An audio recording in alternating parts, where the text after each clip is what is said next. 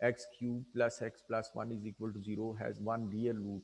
Show by calculation that this root lies between -1 and 0.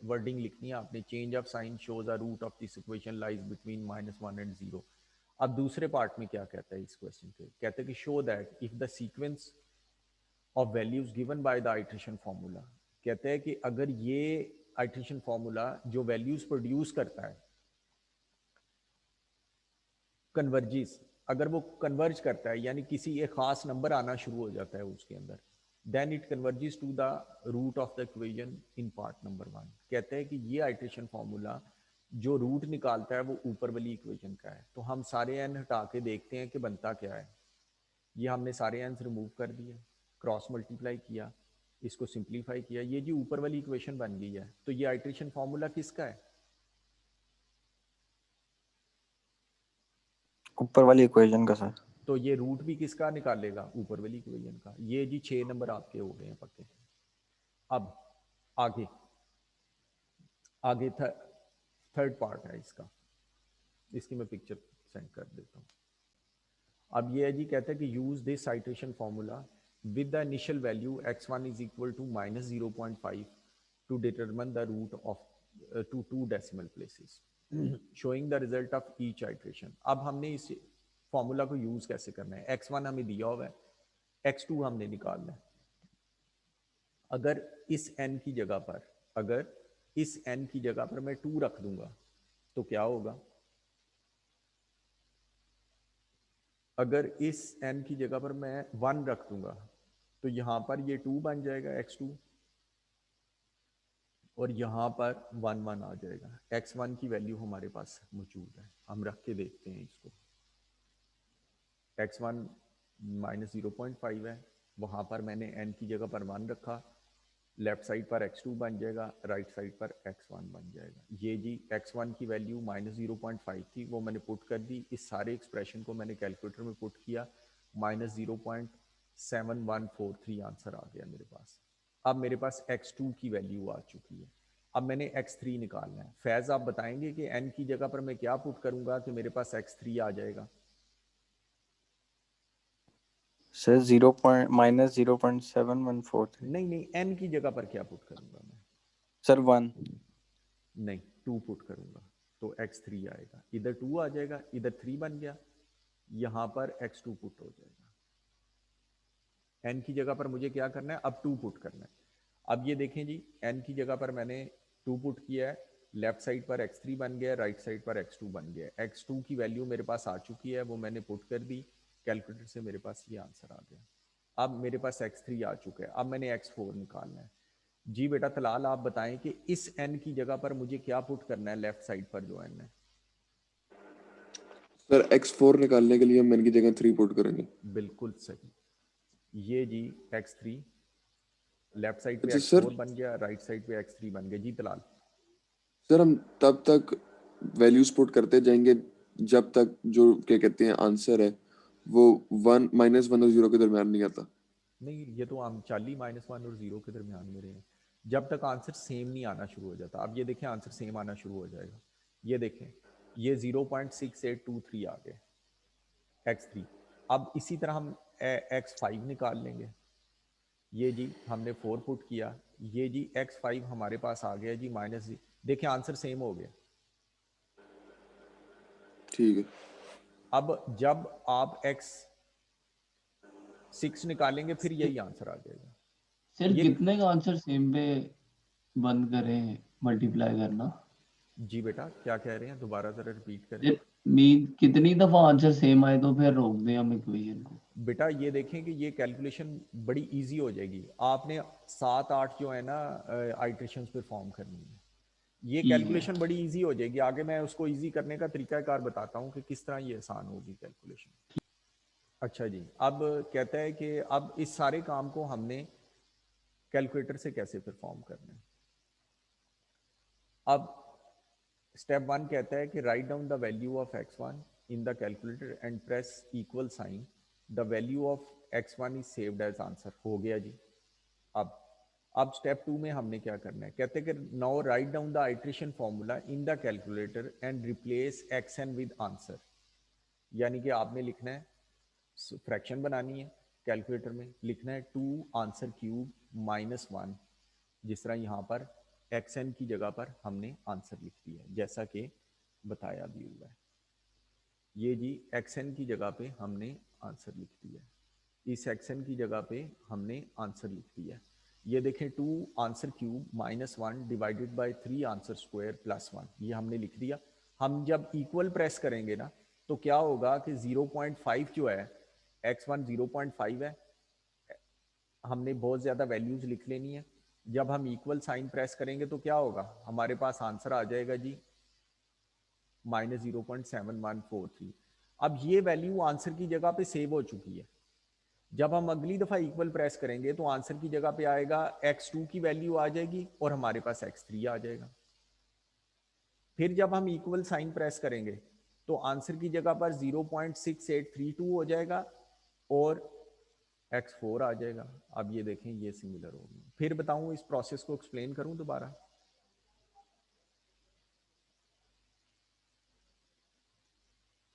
हो गया sir, easy है वैसे तो। यानी कि आपने काम क्या करना है कि आपने आंसर की जगह पे एक्स एन की जगह पे x1 की वैल्यू पहले फीड करनी है कैलकुलेटर में, उसके बाद आंसर की जगह पे आपने एक्स एन की जगह पे आंसर लिख देना है, उसके बाद आपने इक्वल साइन प्रेस करते जाएंगे, आपका आंसर निकलते जाएंगे। अब ये आपका टोटल काम है इस चैप्टर के अंदर। ये तो आसान सवाल था, इसके अंदर इंटीग्रेशन भी आ जाएगी, डिफरेंशिएशन भी आ जाएगी। अब जी ये हो गया जी हमारा इसका पार्ट जो है जी 2002 नवंबर का क्वेश्चन है।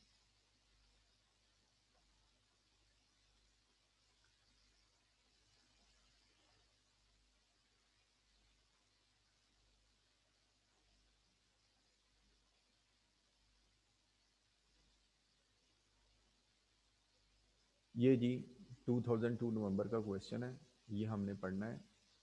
इसमें सारा काम आसान होगा, लेकिन इसके अंदर इक्वेशन बनाने के लिए कहेगा हमें मुश्किल वहाँ पर होगी। ये क्वेश्चन नंबर 7 आप सबके सामने, इस क्वेश्चन नंबर 7 के अंदर कह रहा है कि the diagram shows a curved rod A B, curved rod है 100 उसकी लेंथ है, आगे जो कॉर्ड है उसकी लेंथ 99 है, सेंटर पे जो एंगल है वो 2 अल्फा है, r सेंटीमीटर उसने रेडियस दिया हुआ है।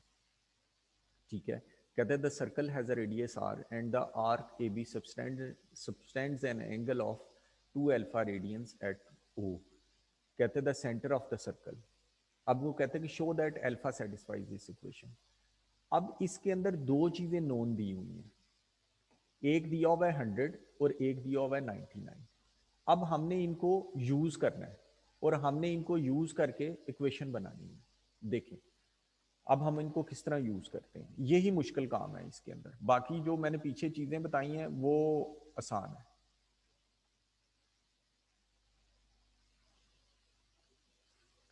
अब है जी क्वेश्चन नंबर 7। इसके अंदर मेरा बेटा 99 हमें दिया हुआ है, हम इसको डिवाइड करते हैं, ये कितना हो जाएगा 49.5 हो गया। ये एंगल अल्फा हो गया और ये लेंथ r है। यहाँ से क्या आ जाएगा साइन अल्फा, ये पार्ट नंबर 1 हो रहा है, sine alpha is equal to 49.5 over r। अब ये 100 से हम बनाएंगे, s is equal to r theta, s कितना है 100, r कितना है r है और थीटा कितना है 2 अल्फा। ये बन गई जी। अब हमें शो करना है कि अल्फा सेटिस्फाइज दिस इक्वेशन, यानी कि बीच में r नहीं है, r की वैल्यू निकाल के हम पुट कर देते हैं, sine r sine alpha is equal to 49.5, r यहाँ से क्या आ जाएगा जी बेटा बताएं, r क्या आएगा 50 ओवर अल्फा। जी बेटा, जी सर 50 ओवर अल्फा। या 100 over 2 alpha is equal to sine alpha 49.5, यहाँ से आ गए जी sine alpha is equal to 99 over 100 alpha. अगर ये देखें इक्वेशन बन गई है जो पार्ट 1 की है। अब अगर वो कहता है कि शो करें कि 3 इस इक्वेशन को सेटिस्फाई करता है, तो हम क्या शो करेंगे 99/100 into 3 is equal to sine 3। अगर वो कहता है कि शो करें कि 2 इस इक्वेशन को सेटिस्फाई करते हैं, तो हम क्या शो करेंगे 99/100 into 2 is equal to sine 2। Calculator का मॉड रेडियंस में होना चाहिए। अब वो कह रहे हैं show that alpha satisfies this equation, तो हमने ये शो कर दिया कि sine 99/100 alpha is equal to sine alpha. ये जी हमारा शो हो गया जी, पहला पार्ट हमारा हो गया। अब सेकंड पार्ट में क्या कह रहा है वो सर असल ये का सॉरी जी सर, जी आपने कहा है कि मोड रेडियन में होना चाहिए कि वो उसमें होना चाहिए डी में? हमेशा होना ही रेडियंस में हमारा चाहिए मॉड। अगर वो डिग्रीज के तो डिग्री में कहना है। अब वो कहते हैं कि ठीक है। Given that this equation has exactly one root in the interval 0 to π/2, show by calculation that this root lies between 0.1 and 0.5। सबसे पहले हम इसकी इक्वेशन बनाएंगे f of x is equal to sine alpha minus 99/100 alpha. अगर आप equation बना के उसका नाम नहीं रखेंगे आपका सवाल क्वेश्चन नहीं होगा, नाम रखना है उसका। अब हम f of 0.1 निकालते हैं। जल्दी से कैलकुलेटर से मुझे रेडियन में रख के 0.1 निकालो, टाइम काम है, उसके अंदर ही क्वेश्चन कंप्लीट हो जाए। और f of 0.5 भी निकालो।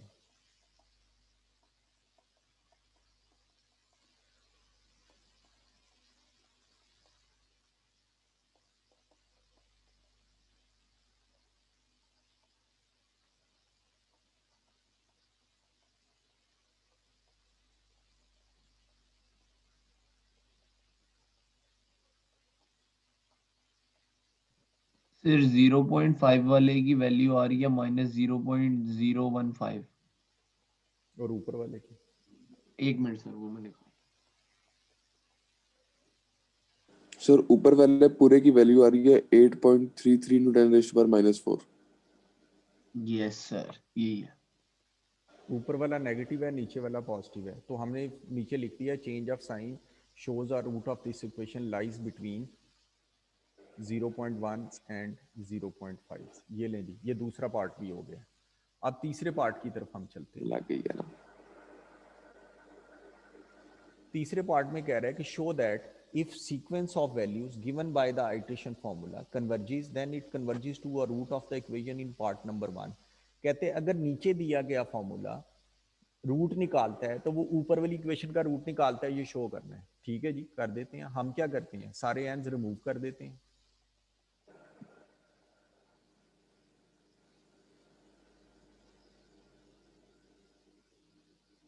सारे एंस रिमूव कर दिए, ये बन गया जी 49.5 is equal to 50 sine alpha. अब ये बन गया जी 99 is equal to 100 sine alpha. 99/100 x is equal to sine x। ये जी शो हो गया जी, x आना है यहाँ पे, ये शो हो गया। सर कोई कि हमने मस x की जगह हमने 49.5 किस तरह सब्स्टिट्यूट कर दिए? मैंने तो नहीं किया, ये तो ये 48.5 था ना बेटा, अच्छा उसको उधर, ठीक है। इसको लेफ्ट साइड पर जब मूव किया तो उसमें 1 ऐड हो गया। अच्छा ये जी, ठीक है सर, दोनों तरफ ये जी x होना, शो हो ठीक गया समझ जी हमारा। ये देखें आसान है ये चैप्टर, फंसना आपने इंटीग्रेशन डिफरेंशिएशन में। अब फोर्थ पार्ट में कह रहा है कि use the iteration formula with initial value x1 is equal to 0.5। Calculator में 0.5 डाल के मॉड रेडियन में रखें और इसको कर दें जनाब, इक्वल का साइन प्रेस कर दें ताकि उधर आइट्रेशन फॉर्मूला है n+1 xn+1 is equal to 50 sine xn minus 48.5 xn। अब x2 क्या होगा 50 sign x1 minus 48.5 x1। x2 बनेगा 50 साइन, अब लिखें कैलकुलेटर में 50 sine answer minus 48.5 into answer. क्या आया आंसर इक्वल प्रेस करें, सर 0.245197 x3 क्या आया? आप इक्वल प्रेस करते, पहले ठहर जो मुझे लिखने दो जरा, 5-7 वैल्यूज लिखने दो। हाँ जी बोलें, x3 क्या आया है? सर 0.245317 x4 क्या है? सर 24531780 सर लास्ट वाले 4 डिजिट्स चेंज हो रहे हैं बस। हाँ जी बोलें, अगला बोलें। सर सेम आया है। ये लें जी, आप 7-8 वैल्यूज निकाल के लिख दें, कौन सी देर लगनी है। ये लें जी, अब वो कहता है कि तो सर आपका, इधर बस पहली वाली की शो करवाएंगे ऐसे हमने हाँ सॉल्व की यार, बकाया की इक्वेशन बनाने की भी जरूरत बिल्कुल नहीं। बिल्कुल बिल्कुल नहीं है। अब ये देखें, वो कहते हैं 3 डिजिट में आंसर होना चाहिए आपका। ये देखें, ये 3 डिजिट को मैंने कर दिया, बॉक्स कर दिया। ये जी आपका काम है। अब मेरे बच्चों शुरू हो जाओ, ये आपने ख़त्म करनी है। कल इसके जो है ना, कम से कम आप 15 सवाल करके आए हो, 2 दिन में बस सर ख़त्म यही कर। है टोटल चैप्टर, यही है टोटल चैप्टर बस। बस इसके अंदर रेफरेंस इंटीग्रेशन डाल दूं ऊपर नीचे, बस बाकी हाँ सारा जी सेम यही है। बिल्कुल, बाकी सारा यही है। सर जी बेटे, सर ने हमें x1 की वैल्यू हमेशा दी होगी? दी नहीं होगी तो आप मुझसे पूछ लीजिएगा कि उसको किस तरह करना है। होगा कहीं में नहीं भी दी होगी, वो आप मुझसे ठीक है पूछ सर। लीजिएगा उसको।